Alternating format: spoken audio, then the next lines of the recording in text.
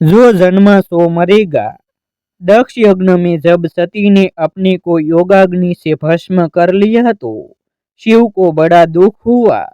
उन्हें अपना जीवन एकांकी और नीरस लगने लगा। सारी चिंताओं से मुक्त हो उन्होंने निर्विकल्प समाधि लगा ली। उधर सती का पुनर्जन्म हिमालय के घर पर्वत पुत्री होने के कारण पार्वती के रूप में हुआ। जब वे कुछ बड़ी हुई तो पूर्व जन्म की स्मृति के कारण उन्होंने इस जन्म में भी शिव पत्नी बनने की इच्छा प्रकट की। माता मैना इसके लिए राजी न हुई। उनका कहना था कि शिव जैसे अमंगल वेशधारी गृह विहीन की पत्नी होकर न तुम्हें यश मिलेगा न सुख मिलेगा। दूसरे उन्हें अब संसार घर गृहस्थी से कोई मोह माया नहीं। वह तो निर्विकल्प समाधि में बैठे हैं। वह समाधि कब टूटेगी क्या पता। इसीलिए शिव से विवाह का हठ छोड़ो। पार्वती ने कहा, माता उनके बाहरी स्वरूप तथा वेशभूषा को मत देखो। त्रय महादेव में वे सबसे अधिक मंगलकारी परोपकारी और महान है। उनके अंदर का गुण सबसे अधिक है। उन्होंने निर्विकल्प समाधि ली है तो मैं भी उन्हें पाने के लिए तप करूंगी।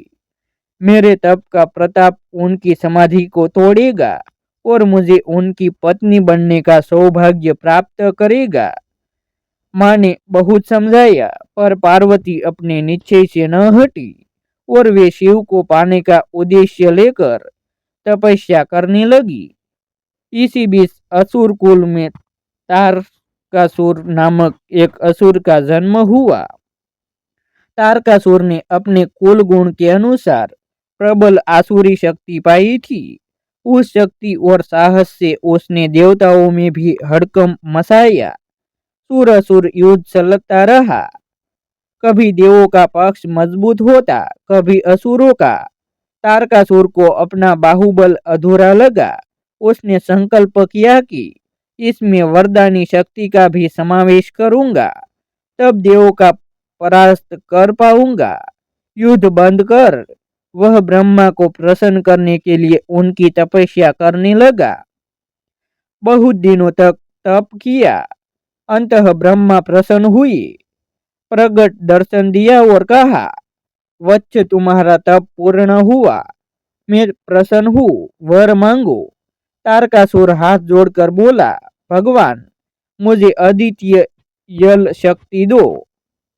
मैं अपराजय हो जाऊं और मेरी कभी भी मृत्यु न हो। ब्रह्मा ने कहा, वत्स तुम्हें अद्वितीय बलधारी तथा अपराजित होने का वर तो दे सकता हूँ पर तुम्हारी कभी मृत्यु न हो यह संभव नहीं।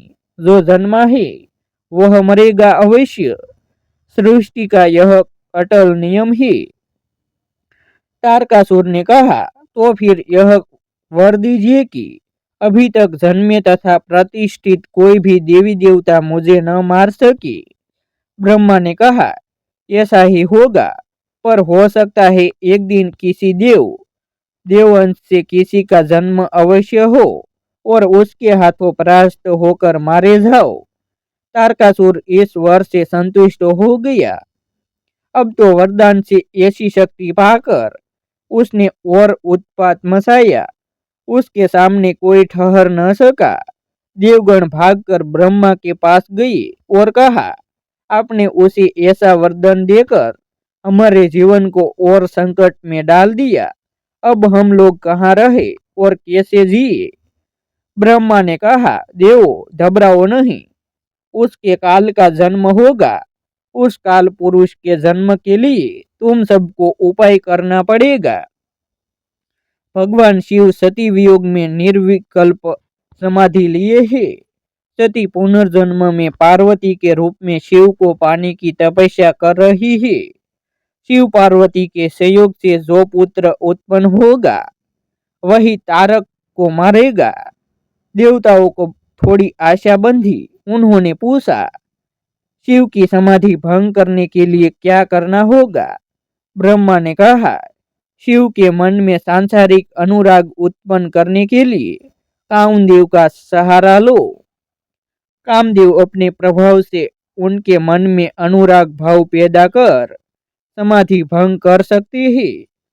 कामदेव ने कहा, ब्रह्मदेव, अगर मेरे इस कार्य से शिव क्रोधित हो गए तो तारकासुर तो जब मरेगा तब मरेगा, मेरा अंत तो उससे पहले ही हो जाएगा। ब्रह्मा ने कहा, उद्देश्य की सिद्धि के लिए संभव है उस बलिदान करना पड़े, पर यह समस्त देवलोक की रक्षा का प्रश्न है, इसलिए यह करना पड़ेगा। देवताओं को समझाने से कामदेव मान गया। शिव की समाधि में बाधा डालने के कारण शिव को क्रोध आया और कामदेव का शरीर उस क्रोधाग्नि में भस्म हो गया। देवताओं ने मिलकर प्रार्थना की कि देवलोक की रक्षा के लिए यह अपराध हमने किया है। तारकासुर अजय और अमृतमय होने का वरदानी है।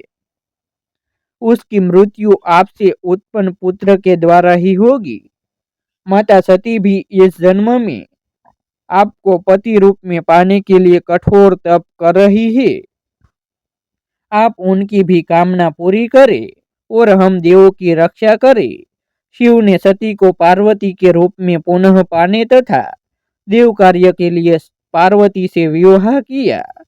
समय उपरांत स्वामी कार्तिकेय का जन्म हुआ।